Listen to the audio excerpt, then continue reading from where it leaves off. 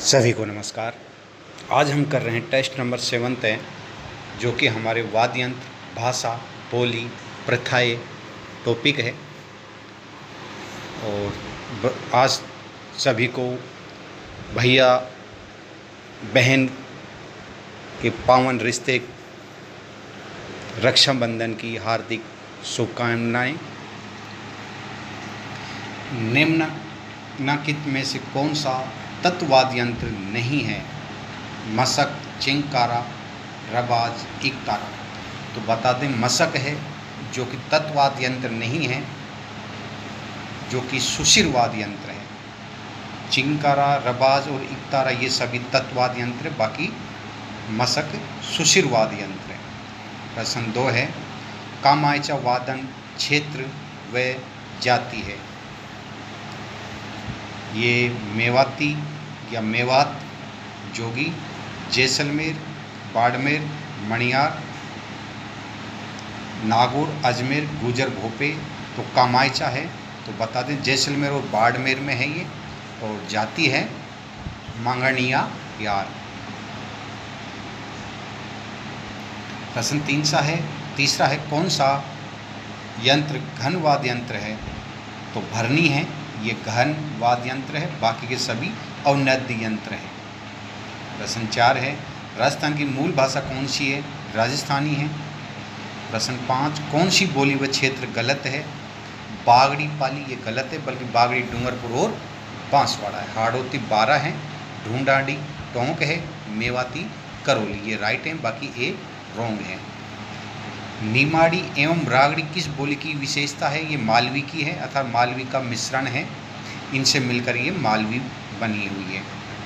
प्रश्न 7 है, डूंगरपुर में बोली जाने वाली भाषा है वागड़ी है। प्रश्न 8 है, तोरावाटी बोली जाती है। तो तोरावाटी झुंझुनू, सीकर, नीम का थाना और कोटपुतली का कुछ हिस्सा जो इनके टच में है, उसमें तोरावाटी बोली जाती है। कह सकते हैं अपन तोरावाटी जो क्षेत्र है वहाँ पर तोरावाटी भाषा बोली जाती है। कोटा, बूंदी, टोंक, 12 यहाँ हाड़ौती बोली जाती है। कोटपुतली, खैरतल, बहरोड, इसमें कौन सी भाषा बोली जाती है? आप सभी कमेंट बॉक्स में बताएंगे, जिसको अपन अहिरवाटी के नाम से भी जानते हैं। राजस्थान की महत्वपूर्ण बोली है मारवाड़ी है महत्वपूर्ण बोली, और इसके बाद आती है मेवाड़ी। प्रश्न 10 है, राजस्थानी शब्द का प्रयोग सर्वप्रथम किसने किया? तो राजस्थान शब्द का प्रयोग सर्वप्रथम जॉर्ज अब्राहम ग्रियर्सन ने किया। आपने लाइक और सब्सक्राइब नहीं किया है तो लाइक और सब्सक्राइब करें। इसके बाद नया टॉपिक स्टार्ट होगा, एक टेस्ट और है, फिर राजस्थान की कला और संस्कृति कंप्लीट हो जाएगी। इसके बाद हम दूसरे टॉपिक उठाएंगे, वो देखते हैं कि हिस्ट्री का उठाए, ज्योग्राफी या पॉलिटिकल का, वो देखते हैं कौन सा टॉपिक करते हैं अपन। नेक्स्ट क्वेश्चन है, नौत्र प्रथा क्या है? तो ये व्यक्ति को आर्थिक सहायता देना नौत्र प्रथा कहलाती है। प्रश्न 12 है, कौन सी रीति रिवाज जन्म से संबंधित नहीं है? भदर है, जो कि जन्म से संबंधित नहीं है। प्रश्न 13 है, राजस्थानी भाषा साहित्य व संस्कृत अकादमी कहाँ पर है? तो ये बीकानेर में है, जिसकी स्थापना 25 जनवरी 1983 को की गई। लाइक और सब्सक्राइब जरूर करना है सभी को, ताकि आपको आगे हर चीज़ की जानकारी मिल सके और कंटिन्यू आपके टेस्ट हो सकें। राजस्थान राज्य अभिलेखागार की स्थापना की गई थी? तो जयपुर में की गई थी, लेकिन वर्तमान में बीकानेर में। ध्यान दे लेना, क्वेश्चन को थोड़ा ध्यान से पढ़ेंगे, क्योंकि राजस्थान राज्य अभिलेखागार की स्थापना की गई थी, मतलब भूतकाल की बात है। तो सर्वप्रथम जयपुर में की गई थी 1955 में, लेकिन 1960 में ये बीकानेर में स्थानांतरित कर दी गई, अर्थात चेंज हो गई थी।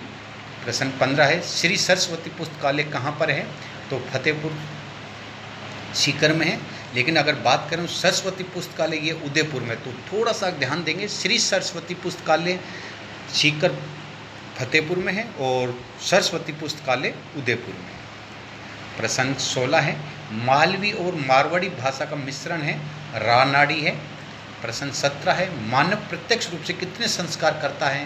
तो प्रत्यक्ष रूप से 12 संस्कार करता है, क्योंकि गर्भाधान, पुरुषवंश और सीमांतोन्नयन ये संस्कार जन्म से पहले किया जाता है और अत्येष्टि ये मरने के बाद, अर्थात इन चारों का मानव प्रत्यक्ष संस्कार नहीं करता है, क्योंकि 3 संस्कार तो जन्म से पहले होते हैं और एक मरने के बाद किया जाता है। तो 12 संस्कार हैं जिसमें प्रत्यक्ष रूप से नहीं कर पाता है। प्रश्न सेकंड लास्ट है, सर्वप्रथम कन्या वध कहाँ पर बंद किया गया? तो सर्वप्रथम कोटा में किया गया 1834 में, और 34 में ही बूंदी में किया गया था, और जयपुर में, उदयपुर में भी 1944 में। प्रश्न लास्ट है, हलमा हीड़ा प्रथा क्या है? राजा को मुफ्त सेवाएं देना, जिसको बेगार कहते हैं, बेगार भी कहते हैं इसको। हलमा और हीड़ा ये प्रथा है जो कि राजा को मुफ्त अर्थात फ्री में काम करना पड़ता है। ब्राह्मण और क्षत्रिय को उस समय मुक्त रखा जाता था, बाकी को बेगार करनी पड़ती थी, उसके बदले में उसको कुछ भी नहीं दिया जाता था। तो ये प्रश्न आज 19 ही हुए हैं। सभी को फिर से रक्षाबंधन की हार्दिक शुभकामनाएं। सभी को धन्यवाद।